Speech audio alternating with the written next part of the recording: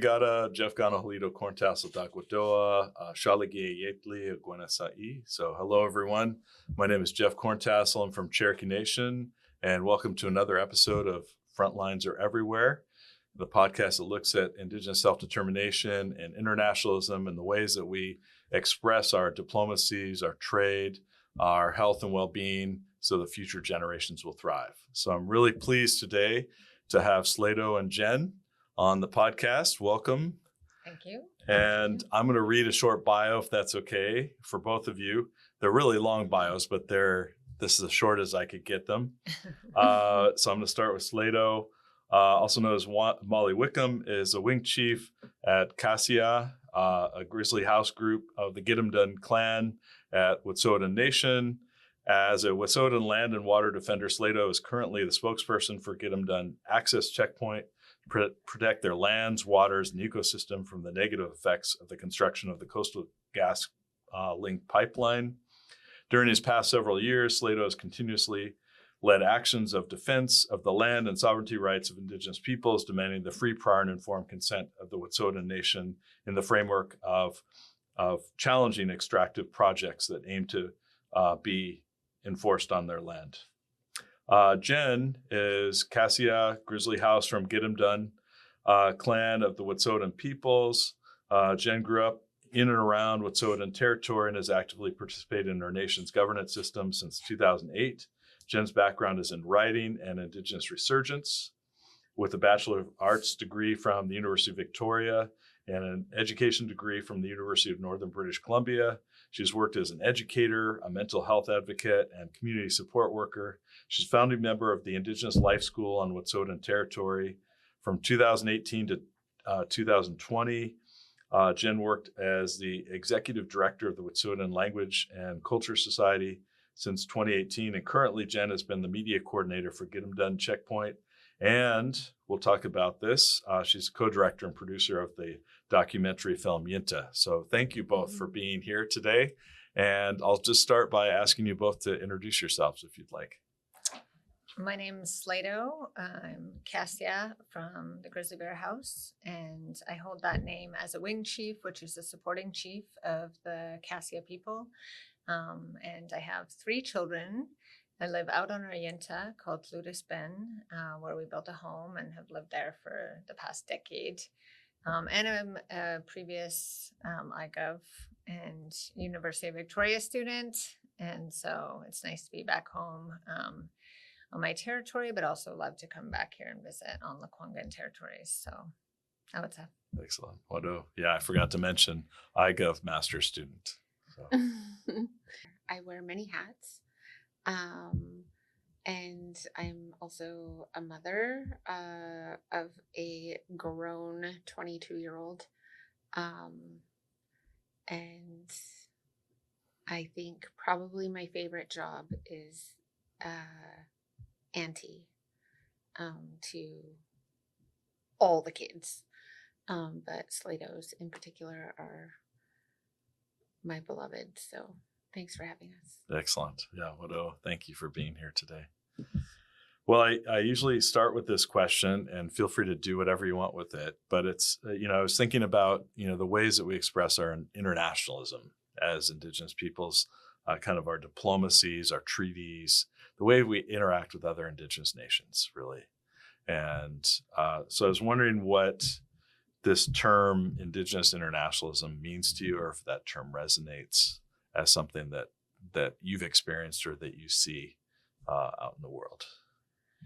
Yeah, I think that in our movement, but also just in general in Indigenous politics, that we put a lot of energy into our nation-to-nation relationships.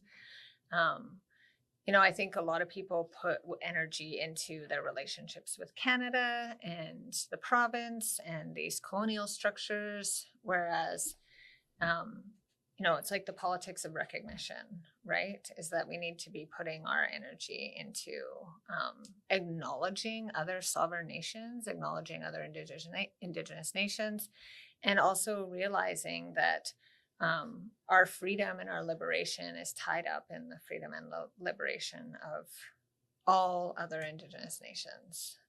And so I think that that's been a huge part of our struggle, is having other people recognize us as a sovereign nation outside of the idea of Canada, and working together to build those relationships and working together. We've had huge successes with our allies, other indigenous nations and other allies and accomplices, but really recognizing other nations' laws, their boundaries, how we can start working together to empower each other and take power away from the Canadian state. Beautiful. And we were talking earlier about how there's kind of a Wet'suwet'en notion of you don't stir another person's soup, right? Yeah. You don't interfere in someone else's territory or their clan, their territory, right? Yeah, and I think that that's part of this idea of autonomy, is that it's not an individualistic idea of autonomy, but it's very much one of our roles, or one of our, our grounding morals in our society, in Indigenous society and Wet'suwet'en law, is that we have our own self-determination as house groups, as clans, as nations. And that doesn't mean we don't work together. That means we rely on each other and we have these relationships with each other, but we do have our own self-determination and autonomy, even within our nation. So that's a really important thing to understand. And that the fact that, even in 2020, and I know we'll get to this later, but in Shutdown Canada, the government was coming to the Wet'suwet'en saying, tell everybody to stand down. We're going to make these agreements together, but we want you to tell the Haudenosaunee to stop blocking the rails. And we want you to tell the Gidimt'en to stand down. And we're like, no, we don't tell people what to do. We don't have control over what other people do. That would be violating one of our laws of not stirring another clan's soup or another nation's soup and not interfering in their autonomy and what they want to do. Yeah. And I think just to add to that, like in the idea of internationalism, because, we're used to having a common language amongst, the colonized world, which is English. But one of my favorite stories was, during Coyote Camp, and, people had become familiar with our fight in 2019 and 2020. And someone was telling a story about a young Indigenous person in the city in the Lower Mainland. And they were like confronting, I can't remember if it was like the police or security or something. And they were yelling, "This is our YINTAH." And it made me so happy, because I was like, that's like, they weren't Wet'suwet'en. And so that's not their word, their Indigenous word for land. But that's how they've come to identify protecting the land, is using the word YINTAH. And it's like, to hear that a Wet'suwet'en word is being picked up by other Indigenous nations as something that like resonates with them in their fight it made me cry. I'm not going to cry right now on camera, but That's powerful. Yeah, that's really powerful. mm-hmm. You see the influence that you both have had. Well, you both have been inspirational to all of us. And so I was wondering, who are some of the people that have inspired your journey, who have inspired you along your life? And they could be people, they could be non-human, any number of things. But who are some of the influences that you really do want me to cry on camera? I do. I'm trying to. When she said I'm not going to cry, I laughed in my head as if that. As these guys know, everyone has to cry. Just during that story. Crying is mandatory on my podcast. No, it's not. So Ellen Gabriel, obviously. I think that when I was a much younger person, and when I tell Ellen, I've told Ellen this multiple times, that she's my shero. And she always says, "Oh, I feel so old." But when I was younger, I think that it was just such a, when I first started becoming aware of Indigenous politics, which wasn't until my 20s, I was a really crazy young person, and I didn't actually, get involved in anything till much later in life. But she was definitely just like seeing that struggle, and because it was so publicized and all of that, and then the fact that she's continued on in that work and liberation work and working for her nation. And then Timberwolf is our matriarch, and I just go by what she says, like she's 87 years old. She's stories of her mother, raising a ton of kids by herself as a single mother after her father passed away, and shooting 2 moose at one time, and like just doing all of the things that took care of her family and took care of her land, and the way that she was able to uphold our governance and the way that she worked. And it's just so inspiring, these Indigenous women and matriarchs that have come before us that really paved that way. And of course, my children have grown up on the YINTAH, and that's a huge inspiration for me, because I get to see what liberation could look like, and I felt it, and we get moments of that living out on the YINTAH, and we've had moments of that in the struggle where all the roads are blocked off. The only people on our YINTAH are people that we've allowed to be there. Yeah. There's no police, there's no industry, the animals come back. And it's like that relationship that we get to have with the land, and that I see my children having with the land, that they know that they're taken care of, that they have by the land, by the ancestors, like they know that they have that relationship with the berries that we harvest, and the moose that we harvest, and the animals and plants and medicines that sustain us. They have to have that. All children should be able to have that. And so that's really what, in the film I say, like when I'm having a hard time, I think of these Indigenous women. And one time my son, Liam, who's 14 now, Wow. and you can see in the film from the time he was just a little and he had little ringlets, and then now he's 14, and he kind of got offended, and he looks at me and he's like, "What about us?" And I'm like, "Well, you're the whole reason I'm doing this." And he goes, "Oh, okay, that makes sense." So they're definitely my inspiration, just that relationship that we have with the YINTAH and the ancestors in our territories. Beautiful. Yeah, and they teach us so much, right? Mm-hmm. Who are some of your influences? Who are some of the people that have motivated you throughout your life? Oh, well, I mean, don't mess with my mama. Yes. I think even though we grew up displaced, through our grandparents being in residential school and our mom being a survivor of the 60s scoop, and we didn't learn until later in life that we were even like Wet'suwet'en. We identified as like being carrier. She always impressed on us how strong we were as Indigenous women and how proud we should be and not to take any shit. Mm-hmm. And, she's just like the feistiest, tiny, she's so cute and adorable. And, I think being a grandma probably, she's always kind of baked, but like now it's like she's always baking. She's always getting stuff for her grandkids.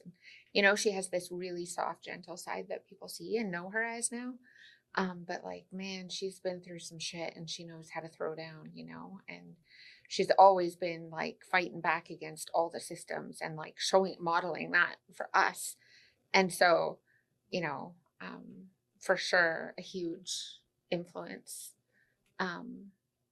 in my life. And you know, growing up, I was really blessed to be able to like meet other Indigenous women who were doing really good work, and just seeing that there was like other things possible than what society or the state, you know, says Indigenous women would turn out to be.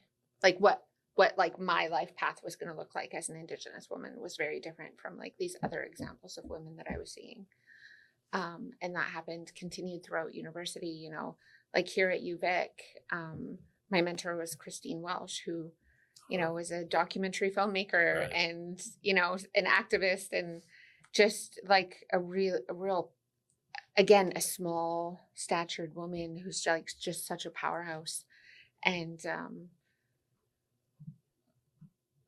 then I went home and met with Zinqua, and that was it. That was it for me. And my connection to her, and, you know, I've literally written love poems for our river, and it's, yeah, connecting with our ancestors and thinking about like this is the part where I'm gonna cry. I won't look at Just you. gonna look away. Just thinking about like my future grandchildren and being a good ancestor, you know, I think is like, I think of all the things that all the ancestors have fought for us to be able to like make it to this point. All the ones that like carried the ceremonies and the language, and, you know, that visit me in my dreams. And I want to be able to be that for, you know, like Molly's kids, babies, and their grandbabies, and my son. If he ever gets out, just date. You know, I'm like, I want grandbabies. You owe me 10. He said I get 3 max. 3 max. Okay. Well, at least having 13 That's a good children, compromise. We'll be good. Yeah. We'll be good. Yeah. Thank you for that. What up for that? I've even heard it said, you know, we're our ancestors' wildest dreams, right? The fact that we're living and that you are both on the land, on the Yintah, is such a testament to that. So,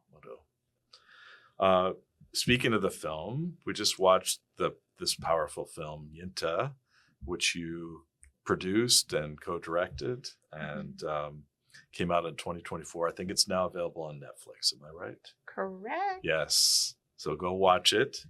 What has the response been to the film? What was that process like for both of you? I know you went through a lot, you know, since 2018, even before then. But, you know, what was that like making it, and then also the response?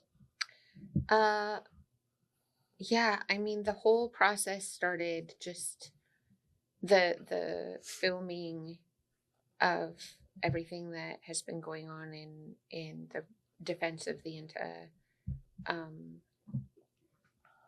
out of like a necessity.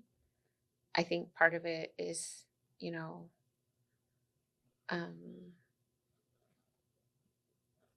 like when everything started kind of heating up for Unistoten, you know, 10 years ago, they wanted people to record interactions that they were having with industry and police for their safety. And then as things kind of started to heat up more and more, then we started to be bringing like more videographers out to the territory. And when we decided to start making some moves on a documentary film, you know, I first joined the project as a producer, and then as co-director. And we really wanted to make sure that we were following Wet'suwet'en governance model in making the film. And so all the house groups that are represented in the film were also consulted. And,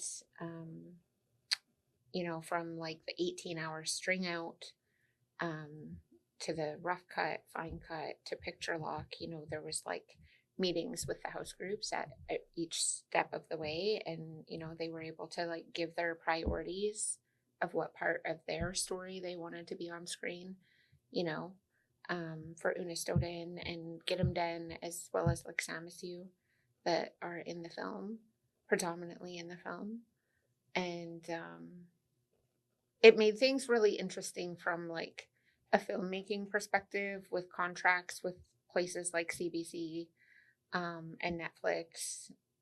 I mean, not so much. Netflix kind of came on after we premiered the feature at like film festivals, but it definitely made for like a longer production time. And so, yeah, I think a lot of the things that happen within the film industry that are kind of like standard, even down to like the contracts that we signed, I'm like, oh, that's a weird word. I don't want that in there. And they're like, oh, that's just like our standard thing. I'm like, yeah, I don't like it. You know, and we would have conversations, and I've had conversations with some of the folks at CBC since then, and they're like, oh yeah, I do my work so differently now thanks to you. Like, they came up to me at our like Canadian premiere in Toronto, and they were all attending, and they're like thanking me. And of course, I just knew them like over, you know, the computer and emails and whatever. And so I'm meeting them face to face for the first time. And I was like, oh, okay. I don't even remember that conversation, you know, but I think that it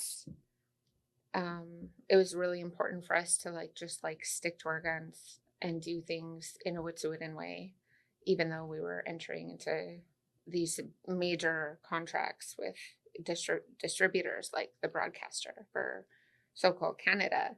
And yeah, for me personally, it was like really important to get it right, because, you know, my grandbabies are going to watch it. Absolutely. And, you know, I want them to show their children and to have an accurate representation, because as the media coordinator for Gidimt'en Checkpoint, I know very well how frustrating the mainstream media can be, and how often they will cherry pick what information they share and add their own slant and twist to things, even though I made a very clear media backgrounder that's on our website with all the information in black and white. So the film had to be perfect. Yeah. And I'm already a perfectionist, so it was really a difficult process. As well as, you know, working with such heavy material. You know, I'm having to watch these really violent scenes where my sister is being held at gunpoint over and over and over and over and over and over and over again, and watching footage of loved ones that are no longer with us, like Denise Madik and Zakazay Kalasat and Lady Chainsaw, and all of these like amazing warriors and people that just supported our work wholeheartedly and just showed up 1,000% of the time, you know. And so they're in a lot of footage. Yeah. And yeah, it was such an emotional process. And I think the hardest or like most stress-inducing, anxiety-inducing screenings is when we showed it to the nation before our global premiere. And I was so nervous, and like my stress sweat was atrocious. And after the film, they all just stood in the lobby of the theater, and all of the Denise and Zakazay took turns speaking and just giving all their praise and how moved they were. And I cried and cried and cried and cried and cried.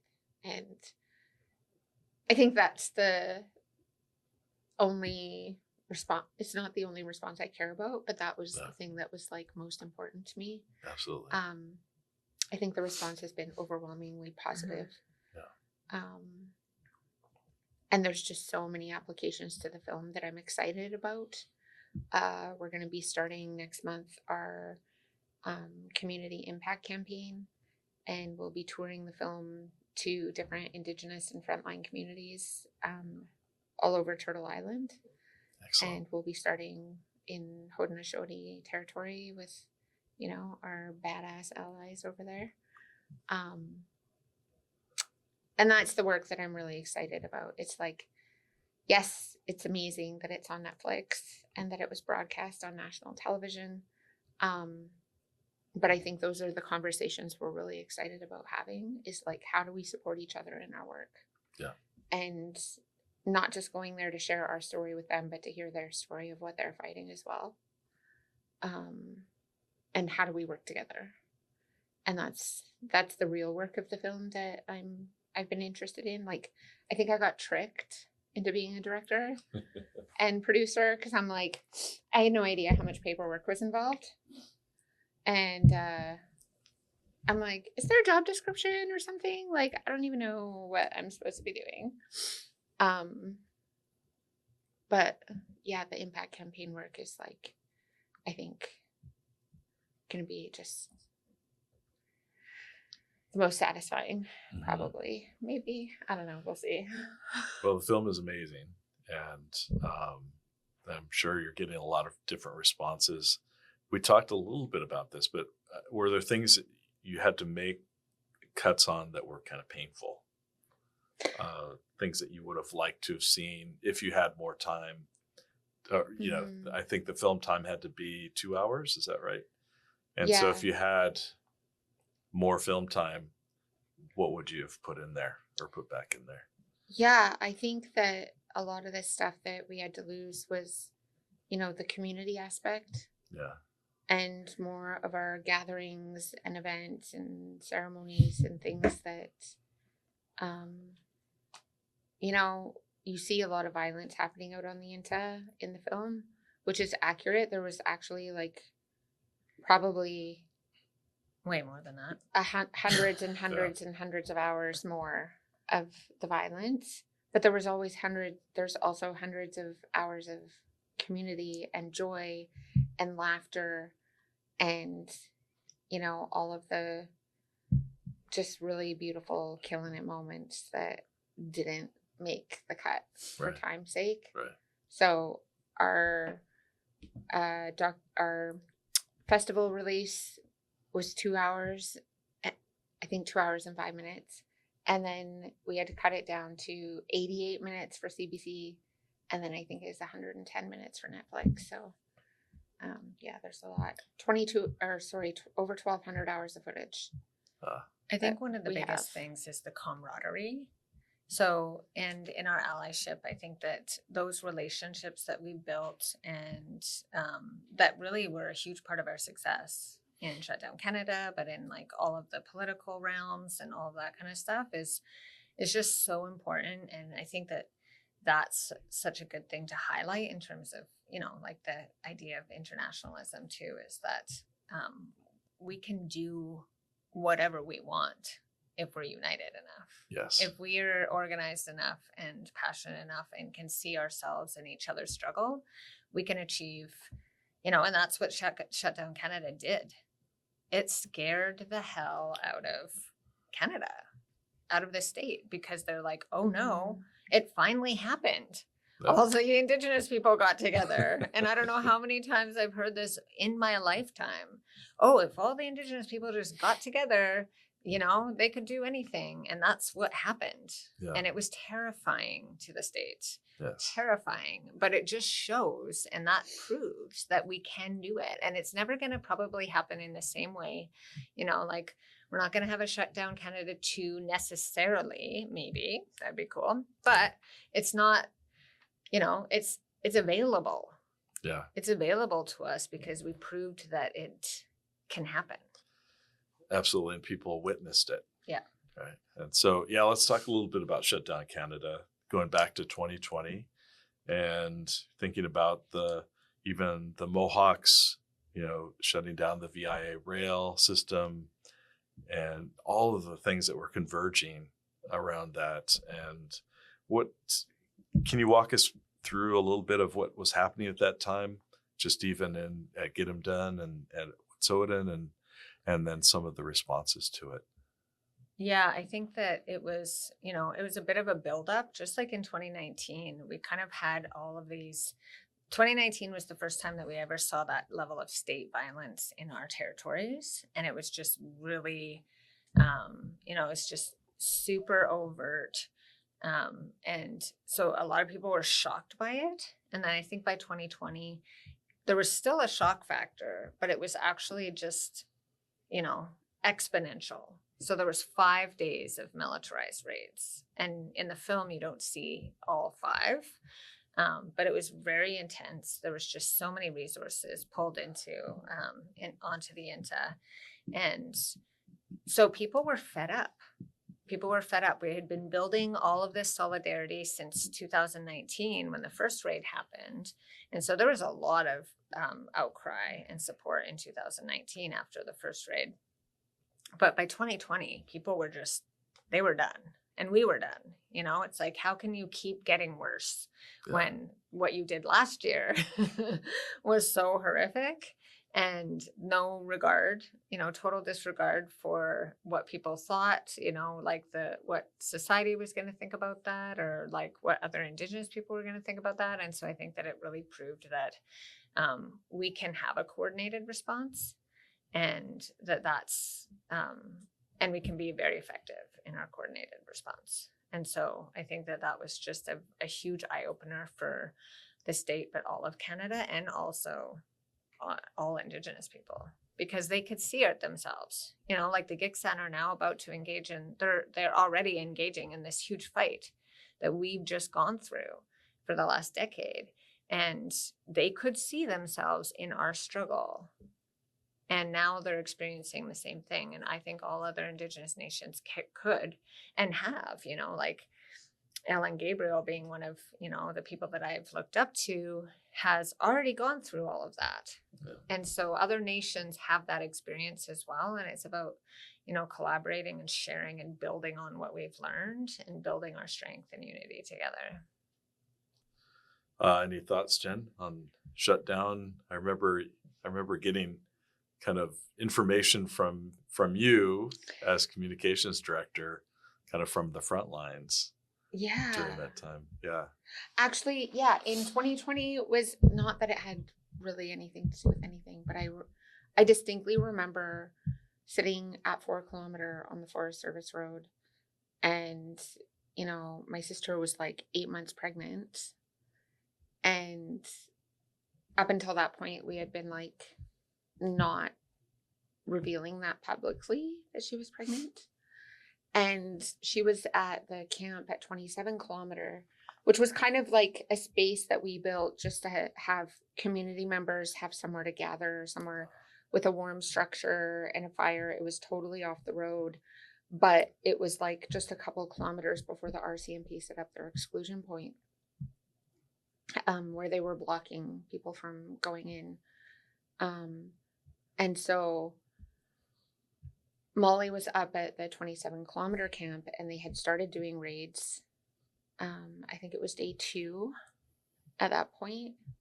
And so I was down at 4 Kilometer because Molly had deemed me unarrestable because of my role.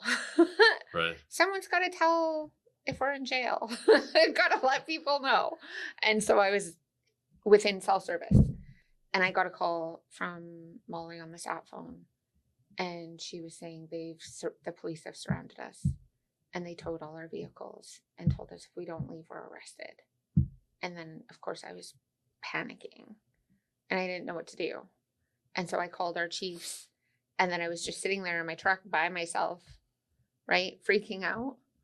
And then I went live on social media, and it was the first time I had intentionally kept my face off of all of our social media pages. Like, I was very, very happy to be behind the scenes. And then, yeah, I did a live. I don't even remember what platform. And I was like crying and like, I don't know what to do. I'm waiting for the chiefs, da da da da da. And people just started showing up. Wow. Like community members, like people from Houston and Smithers, and they just started showing up with like coffee and food and a sweater and like, and then the next morning there was like a couple hundred people that showed up.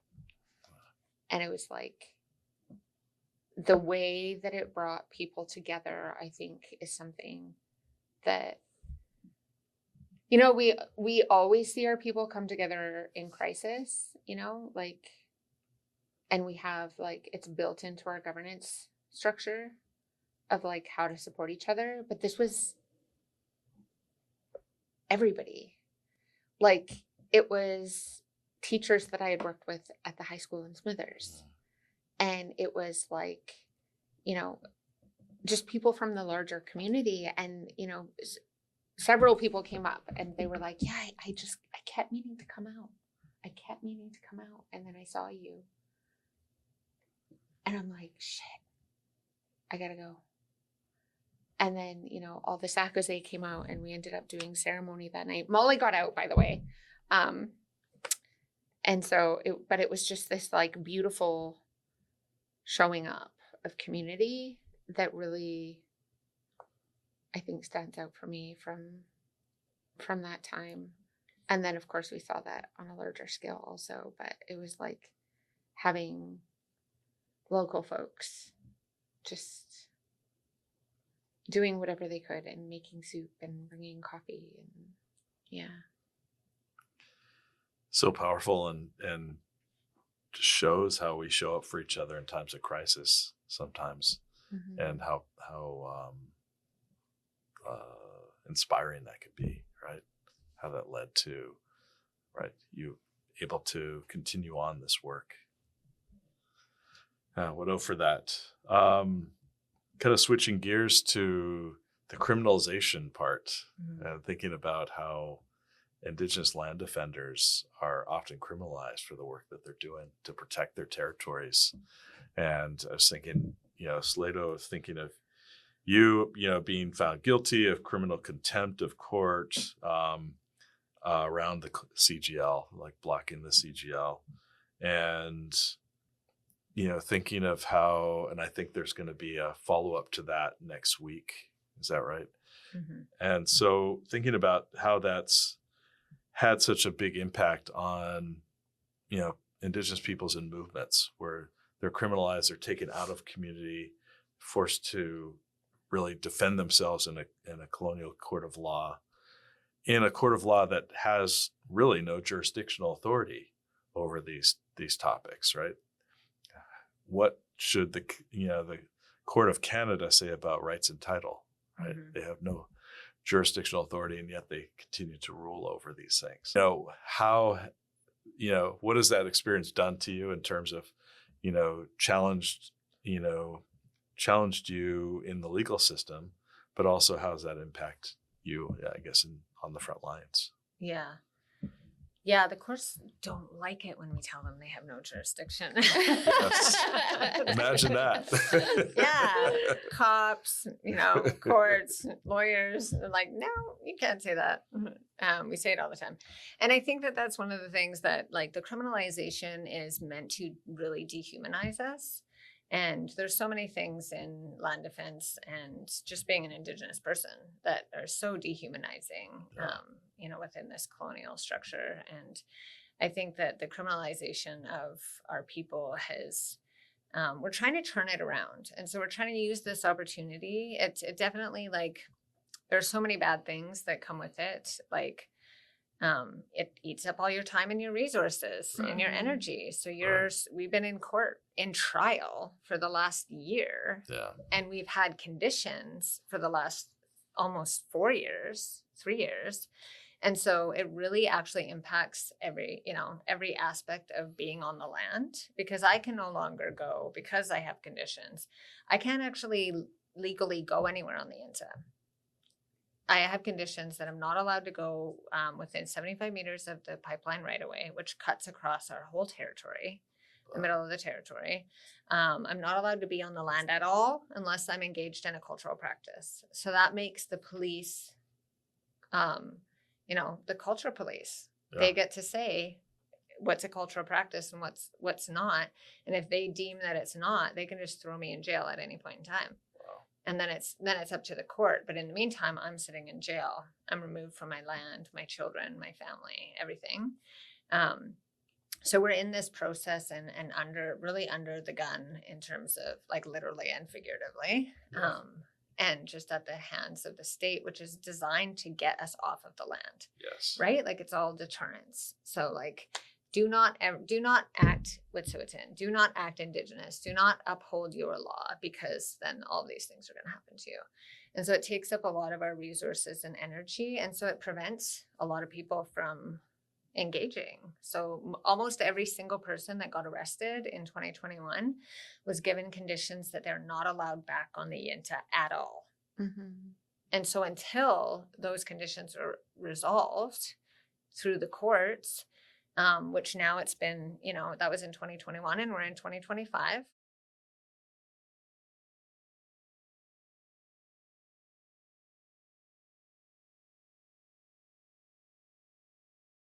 So unless somebody already went through trial, or which we're still doing for that, or pled guilty, they would still have conditions not to be on the YINTAH at all.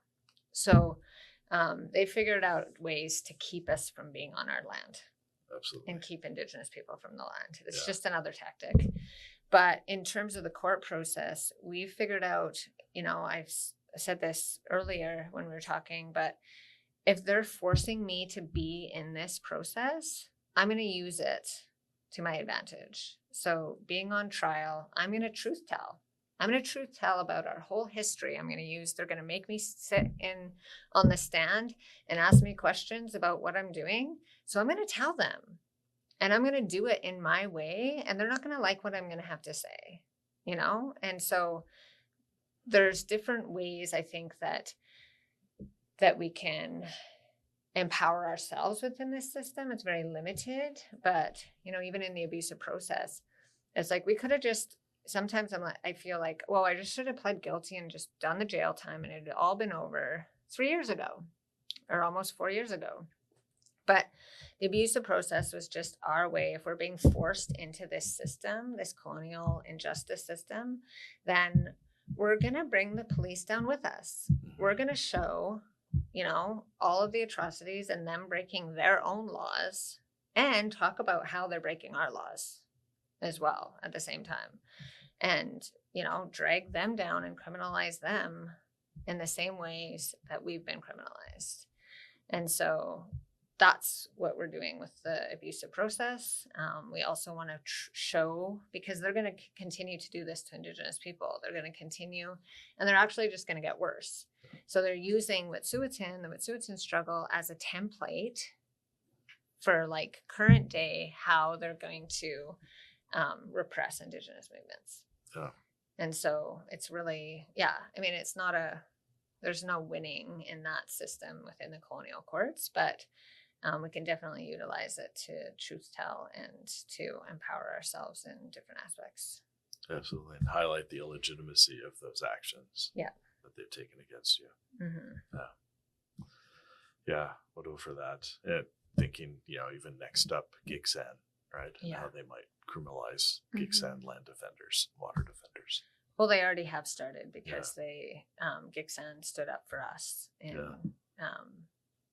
all of the raids and all of the years. The Gidimt'en have been there right alongside us, and so we fully intend to be there right alongside them. And they're not gonna, I think the Indigenous solidarity has just been growing. So we have our court decision on the abusive process on February 18th at 10 a.m. until noon. People can call in. I think it's going to be, usually there's media on the court, but that'll be in Gidimt'en territory in Smithers.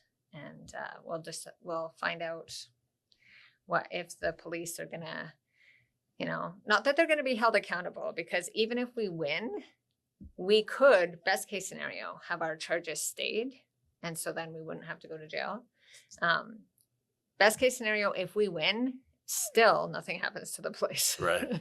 There's no accountability for them. Yeah. This is not about, them having some sort of accountability. This is about us not having to go to jail. Yeah. But it still would be, I think, a win for other Indigenous people, Yeah. you know? Still a statement. Yeah. Well, I mean, at the very least, they will learn from the process as they have been the whole time, you know. And we saw, you know, what was happening here on the island at Fairy Creek that they were using as a training ground before they came up and did the enforcement in the fall of 2021 with us. Yeah. By the time this airs, you know, we'll have a decision and know whether or not we're going to be going to sentencing or not. So maybe there will be something in the show notes. Yes. Yes. And we can Just side note. happy to help put the word out. Mm-hmm. Yeah. Yeah. What up for that? We've talked a little bit about, you know, supporters and, you know, might go by different names, allies, co-accomplices, people acting in solidarity. And I was thinking, I was talking with Jerry Ambers earlier, and then even Gord Hill before that, and they're talking about the role of anarchists in movements. And so I was just curious what the role of anarchists has been in the acts of solidarity, and, you know, how effective have those I always hesitate to use the word alliances because it's a tricky term. How effective have those movements been? Or that's great. How effective have those relationships been on the ground on the front lines? Oh, from your experience or Yeah. from your kind of vantage point. well, the anarchists have been great. We love the anarchists. They're awesome. We have a lot of things that really align. So inherently being anti-capitalist, you know, anti-state. And I think that in our, you know, over the years I've been learning, I had never even heard the term anarchist before. And I knew tons of them, tons of anarchists. Right. But you know, since our movement and since the reoccupation of our territory, I learned so much about, you know, their belief systems, and it's just varies so greatly from person to person and from group to group. And I really feel like a lot of the anarchists that have come to the YINTAH, you know, we follow Wet'suwet'en law, and everybody who comes to our territory acknowledges and accepts that they're going to follow Wet'suwet'en law when they're there. And that it's not an oppressive way of being. It's not, you know, it doesn't take anything away from their values and their beliefs, but that it's just like that it's a way to support this movement that is anti-state and anti-capitalist. And so I think that we get along really great, and they have been so critical to the movement and to our, you know, our way of seeing things and our way of doing things, and just like so many skills and so much knowledge that we share, which has been really, really impressive to me. And also the way that we move forward together. So we've actually been like working on how do we be in relation with each other in a really good way. And so how do people come to Indigenous territories? How do anarchists come to Indigenous territories and be part of the community? And how do we share, you know, build on those values? Because I think that, just like I said before in the Shutdown Canada movement, it's like we can't do it alone. We know that we can't. Most nations in so-called British Columbia are small nations. You know, it's not like out east where there's like thousands and thousands and thousands of people. You know, a lot of our communities and nations are really small. So we have to have those relationships with other groups and other nations. And they can also help us make connections, because now it seems like everywhere I go, almost all the Indigenous nations are working with anarchists. Right. They may or may not know it. There may be an anarchist in your movement that you don't. But they are, and they're amazing, you know, Yeah. amazing humans that are doing really good work and doing so much mutual aid and like spreading that mutual aid and that learning in our communities. That is really amazing. It's so funny. It just simultaneously made me think, this is so random, simultaneously made me think of like, got milk and where's Waldo? You know, because it's like they're Yeah. maybe it's just the crowds we run in, but they're everywhere. Yes. And, you know, we've had so many conversations and, you know, that had like workshops around like where the alignment is between like indigenous fights and anarchist projects. And, you know, there's a lot there. There's a lot there, more than just like surface stuff. And, you know, having, I think, at the core of, for us, at the core of like our being is like autonomy and like deep respect for other people's autonomy as well. Yeah. And so it works really well. And but yeah, and it's not like, you know, in the same way that there's stereotypes and misconceptions around Indigenous people and land back movements, I think there's a lot of misconceptions and stereotypes around like anarchists as well. So, and I think that that's a good point because that's being used against Indigenous movements. Yes. Right? It's a tactic of the state to divide and conquer and to also dehumanize. And so where we've put a lot of effort and a lot of energy and a lot of work into, you know, what our morals are, what we're fighting for, who we are, what we stand for, our governance structure, we've been able to win over in the, you know, in the moral fight. Yeah. It's like we have the moral high ground. Yeah. And so it's easier sometimes for the state to be like, oh, okay, we're not going to go after the Wet'suwet'en, but we are going to go after the anarchists. Right. And we're going to blame them for all of the outside agitators. They've been fomenting this. Yeah, they're the agitators. And so they're the ones that are actually doing the, you know, all the bad stuff. And I use, you know, quotes, air quotes for those who are just listening. All the bad things, and then pin it on them and create this like divide as if we can't have relationships together and we can't work together because are these misconceptions about anarchists and people don't understand the perspective or the values that people are operating under. So I think that that's something that we should be aware of in all of our movements as we're moving forward and as we're building those relationships is like, you know, safeguarding against those tactics, knowing that they're coming and they're being used to undermine Indigenous people as if we don't have a mind of our own and we don't have autonomy to have relationships with other groups. And just in the same way, like each Indigenous nation has their own distinct culture and language and like protocols and laws. You know, there's like different streams within anarchism. Yes. You know, and so I actually thought it would be as simple as like, can you recommend a book that has all the different things? And I went to like several, you know, book fairs. And I'm like, where's the most comprehensive book? And then somebody showed me like this 2 volumes of like the history of anarchism. And I'm like, oh my God, really? But I didn't find a book. Just that would be like asking somebody on a book. I know. And I didn't realize like how ignorant that was and how ignorant I was being. And so I kept telling people, I'm like, I don't want to be ignorant. Yeah. You know, like I know that I need to know more. And so some helpful people gave me like a bunch of like little zines. But it's really just like the same with us. Yes. You know, it's about building relationships and getting to know somebody. And it's like very individual. So I thought it was funny that I was on the opposite side of the table being like, can you recommend a book on your people? Like it's kind of a nice it's always a starting point, right? But you're right.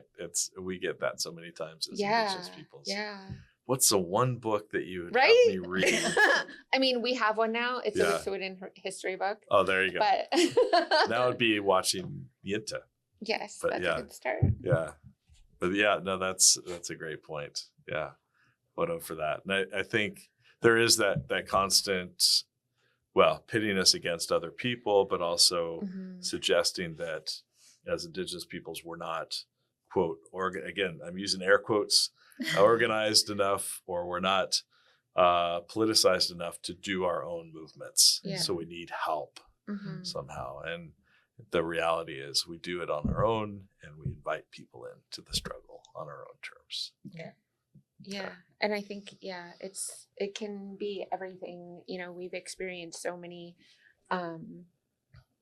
criticisms Yes. within our movement, even to the point where people were saying that I was not even doing any of the media myself. Oh, interesting. That I had to have, you know, a white person do it for me, and that I was just like the face of it. I'm like, are you kidding? You know how many sleepless nights I've all right. Yeah. Yeah. It's more Not colonial just lies. the pretty face. More colonial lies. Well, I think I know the answer to this next question, but I asked Colin Sutherland Wilson the same question, and I'll ask it of you too. DRIPA was passed in 2019 by the BC government, and that we now have Bill C-15, which is to make a national kind of legislation around the UN Declaration of the Rights of Indigenous Peoples. I remember at the time people were saying this is a huge victory. It's going to be put into law. You know, DRIPA is considered like the most expansive kind of set of rights for Indigenous self-determination. Has DRIPA, again, I already kind of know the answer to this, but has DRIPA made any difference on the ground for you or for Wet'suwet'en peoples? Yeah, I think that happened 2 months before the first Yes, raid. it was the first. It was yeah. the first raid on Yes. Wet'suwet'en territory. And we're like, no, the answer is no. And in I thought so. In fact, on the ground, our CMP officers have actually just laughed in our faces Wow. when you bring up the, DRIPA, and they're like, that doesn't apply here. Actually, it doesn't apply here. We've also used it but different international recommendations and laws in court. And Okay. it's like, it doesn't apply. And I also believe that each individual nation needs to be a part of implementing, right, according to our laws. That's the whole idea, is like upholding our self-determination and our laws and our way of life. And so I think that each individual nation needs to do that for themselves. Because we're so diverse, and because we have our own body of laws and our own rule of law in our territories. Yeah, we definitely have not seen it implemented at all. And in fact, things have gotten a lot worse.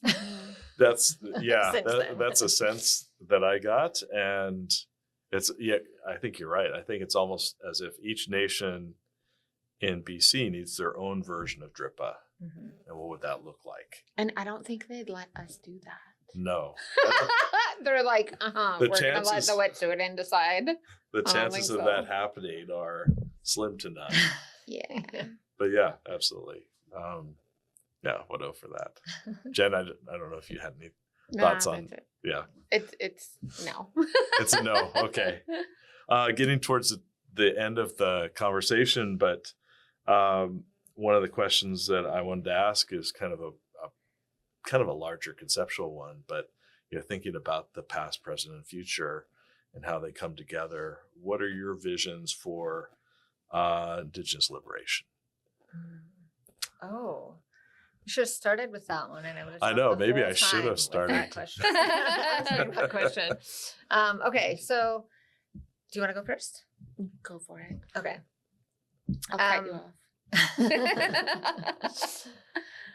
I feel as though I've actually felt what Indigenous liberation feels like.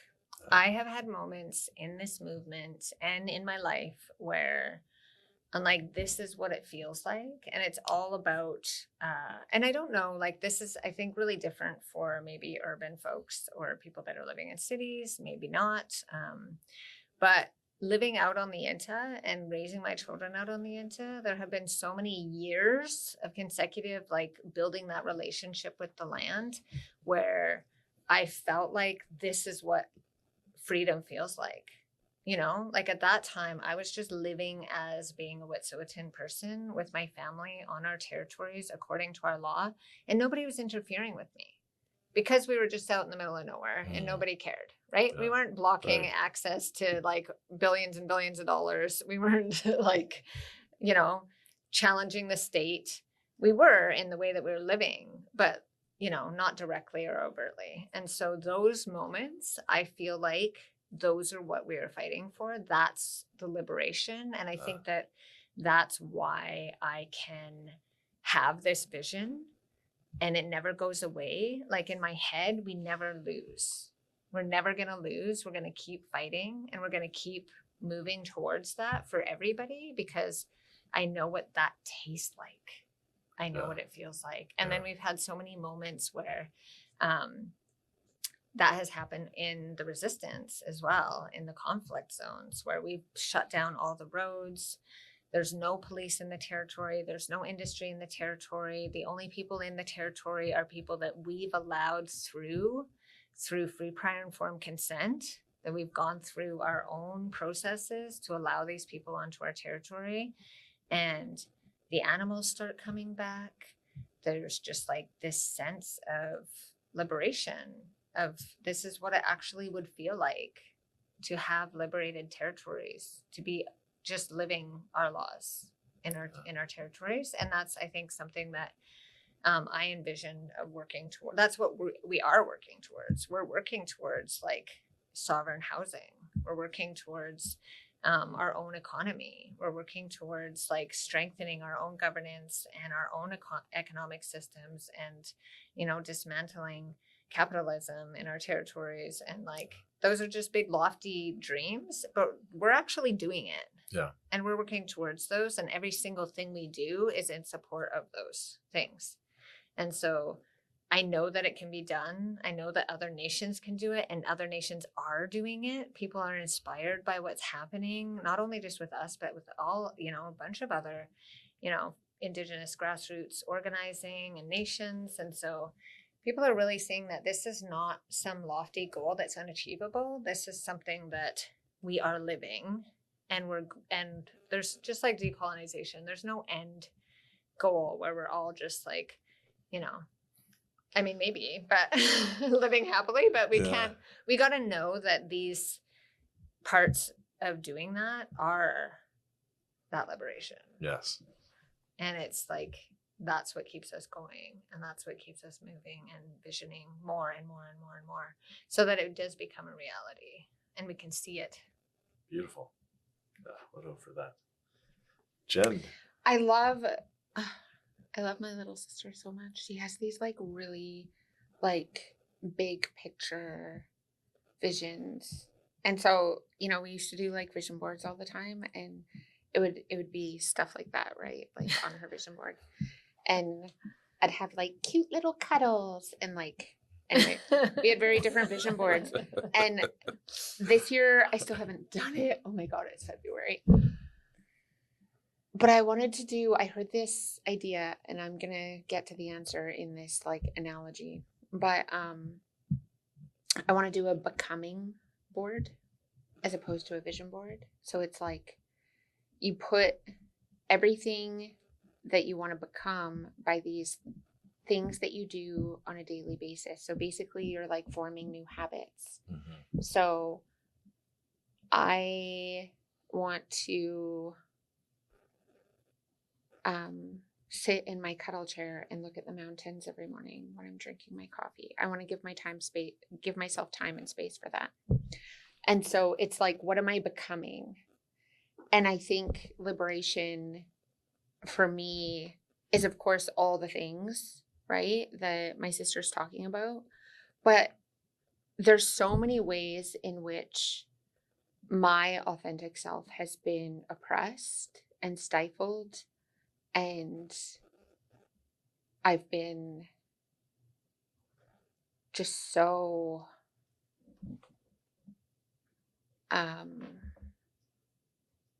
colonized. Well, yeah, but no, I think it's, you know, having to be in this colonized world, it's like we walk around with these masks on, right? And so being strong enough in who I am and confident and just being my authentic self in the world every single day and giving myself permission and doing things that bring me joy.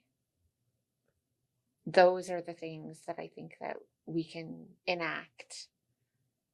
And that's what I want to include in this like becoming story, as opposed to like, I'm going to eat my greens and start walking more, or like some shit like that, you know? Because I think those are the things that are going to like carry me through and give me the strength.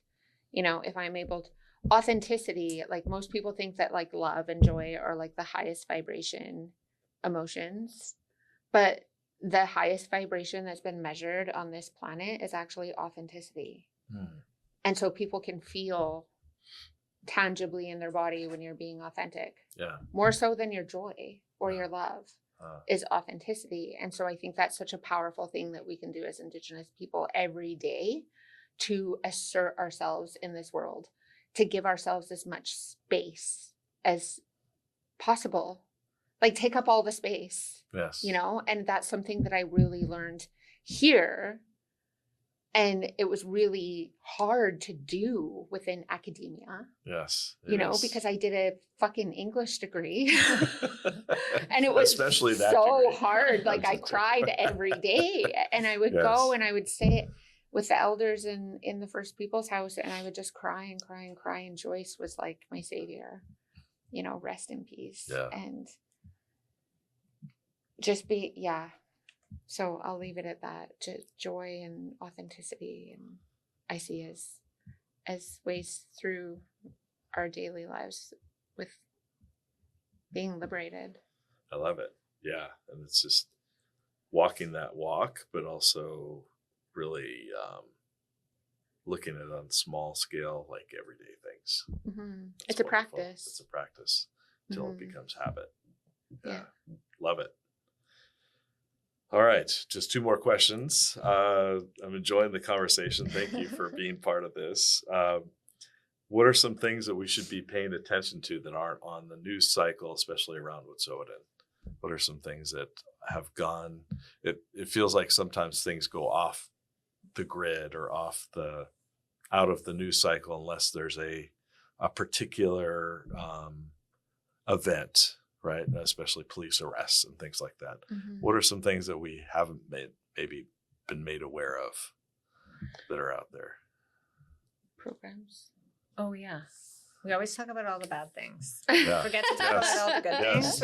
We sit there and we do presentations. We talk about the police violence and all this horrible things. And we're like, come to the YINTAH. Anybody want to come? Come on, you could get arrested. No, we have a lot of amazing things happening on the YINTAH right now. Actually, we have a trapping program that's running. We have a new program, YINTAH. We have the new feast hall that was built. Oh wow! So we have a huge governance hall at Selkirkwa at Gidimt'en checkpoint that is the first one since the potlatch ban. So it's this big, beautiful building that we harvested the trees from the YINTAH and like milled a bunch of stuff for the hall, and it's right by the Wet'suwet'en. So we have a lot going on. We're also starting a milling project, and so we're having a build in May. And so we still have stuff happening out on the YINTAH, and a lot of people out there working. We've been doing some watershed restoration work, and currently. Also, one of the bad things is that Coastal GasLink and the LNG Canada project is asking for a permit to do a second phase of the project. And so they would be doubling the amount of fracked gas that would be running through the pipes. And in order to do that, they need to build compressor stations all along the route, 2 of which are proposed in Wet'suwet'en territory, which would greatly impact our watershed, the noise pollution, and 3 to 5 more years of construction, which would bring back the police, bring back the private security, which would mean the surveillance, the harassment, the the arrests, the unwarranted arrests. And so that's a huge impact, puts a huge impact and strain on our ability to access the territory, ability to run our programs. Unistoten's still running healing programs at the healing center. Laksamasu, same thing. And so the compressor stations are proposed for Unistoten and Laksamasu territory. Okay. And now with the political climate that's happening, and they're like, we're just going to rubber stamp all the developments because we need the money. Right. So for sure, those are going to get permitted. And they're planning to burn fracked gas in the at the compressor stations to power them because there's no power source. And they'll probably be doing the same thing for LNG Canada as well. But so that's something that's on the radar that we've been working together on, that we're absolutely opposed to, obviously. Absolutely. Yeah. And then also related to the private security and the police harassment, we still have our civil case going on against the RCMP and against Forsyth, which is the private security company. They're all ex-military and ex-RCMP officers that follow us around the territory and film us and harass us and prevent access to our own lands. Block us from accessing the territory. And so they are still being sued. They're dragging us through the administrative mud, trying to just cost us a lot of money. And so far, they haven't even produced disclosure evidence. And this is, 2 years down the road from when we first launched the case. So, or 3, yeah, 2.5 years. It was in 2022 and now we're in 2025. So that's ongoing, but of course they don't want to provide disclosure evidence because it's proof of what they've been doing. Right. Hundreds and thousands of hours of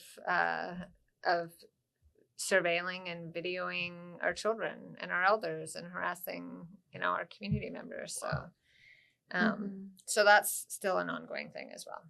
Yeah.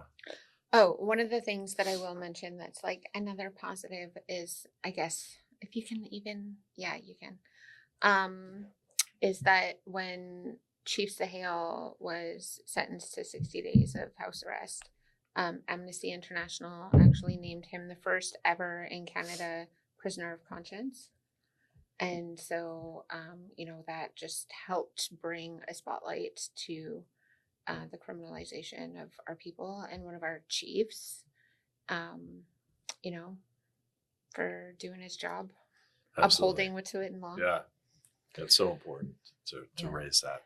Yeah. And also Jen and Shay and I are co-writing a collection of poetry. Oh, excellent. Oh, yeah. Yes. And so, we want to, it's part of the humanization project. And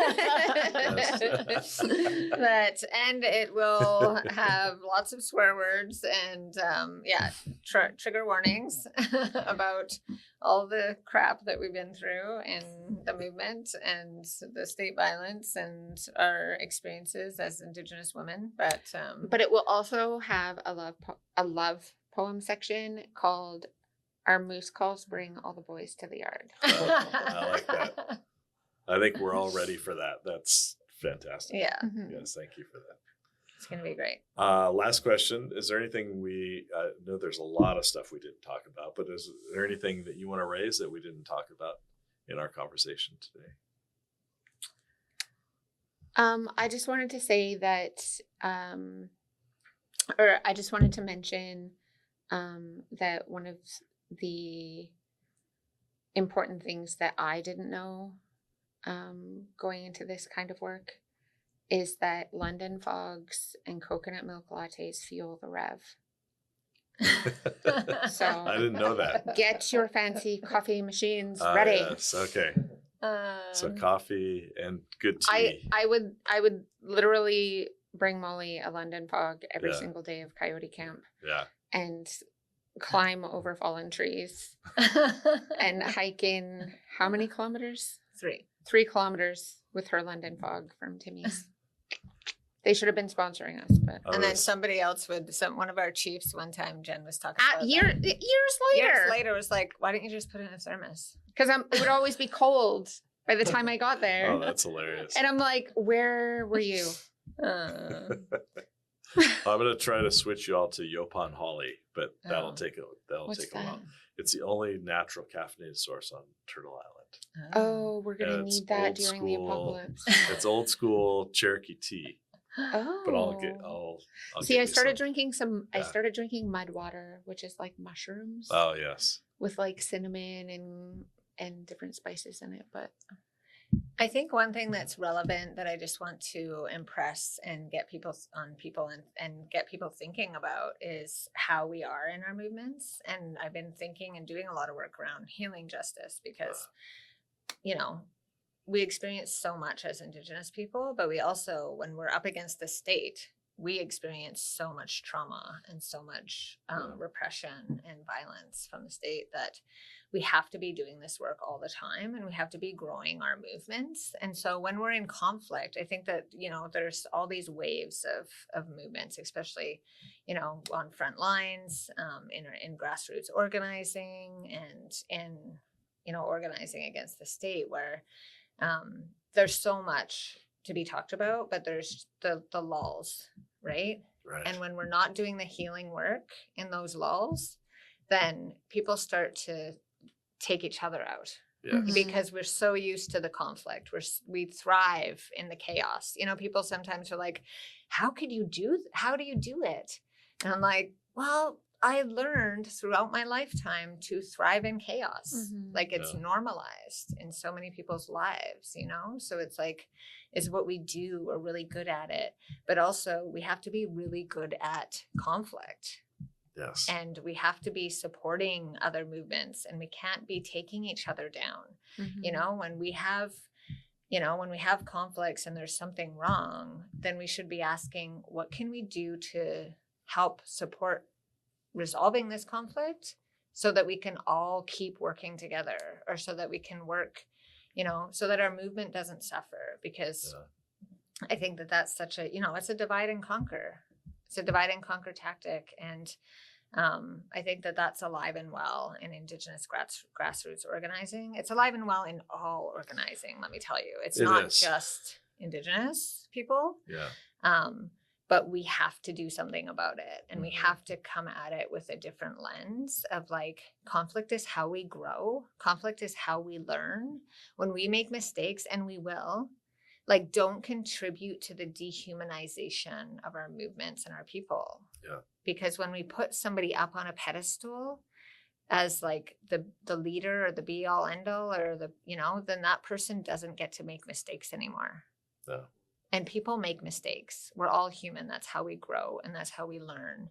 And so we've been really trying to, like, in our healing journey, and the healing justice work is really trying to help people grow, to grow ourselves, to grow our movement, to grow like how we do things.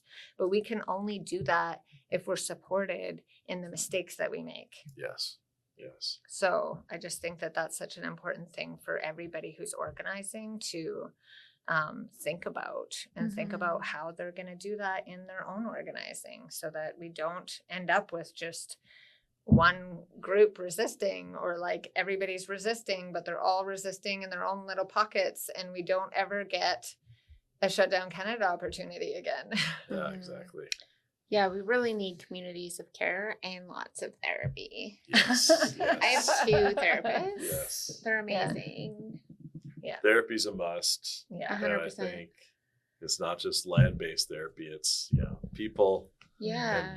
And we working really through- need to like yeah. build those support networks and people that are going to like hold us accountable in a really like compassionate and loving way, Mhm. not this like cancel culture that I think people have gotten so used to. Yeah. Yeah. It's so easy to dismiss people. Mm-hmm. It's much harder to work together in a community and build up that resilience, build up that trust again. So thank you so much, Wado. Mm-hmm. Thank you. Thank you for Masai. being part of this. All right. And cut. Excellent.